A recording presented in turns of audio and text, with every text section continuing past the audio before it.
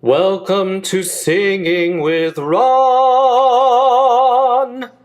Welcome to this next video in the semi-occluded tract portion of our lessons. And this one is about lip trills. Lip trills, until recently I was like, lip trills, who cares, right? But I've really started to realize how much they help you to discover support from here. So, basically, it's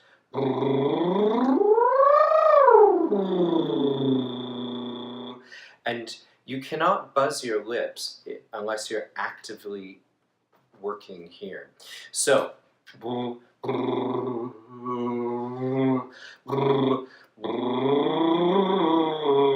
the exercise I do the most is and hold the last note so that you hold the engagement. You can do two of them.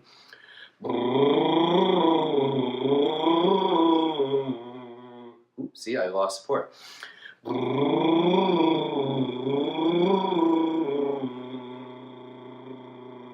Good. So, lip trills, if you find it hard, some people find it helpful to go like this. For some reason, it makes it easier for them.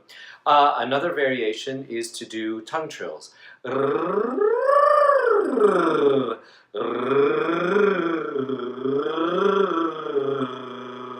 Still have to work really hard.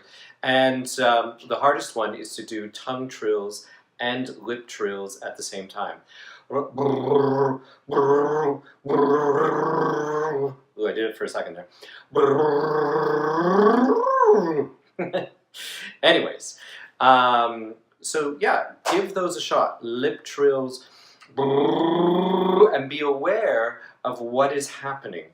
So down here to help you make that sound, and how you have to continue that feeling through the whole entire exercise. The other thing that I tell my students to do while doing lip trills is to keep the airflow constant.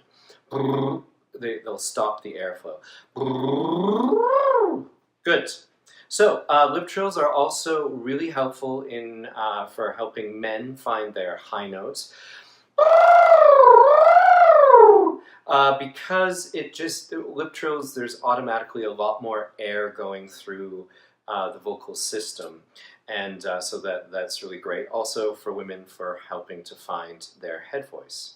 So that is what is great about lip trills. Do them every day.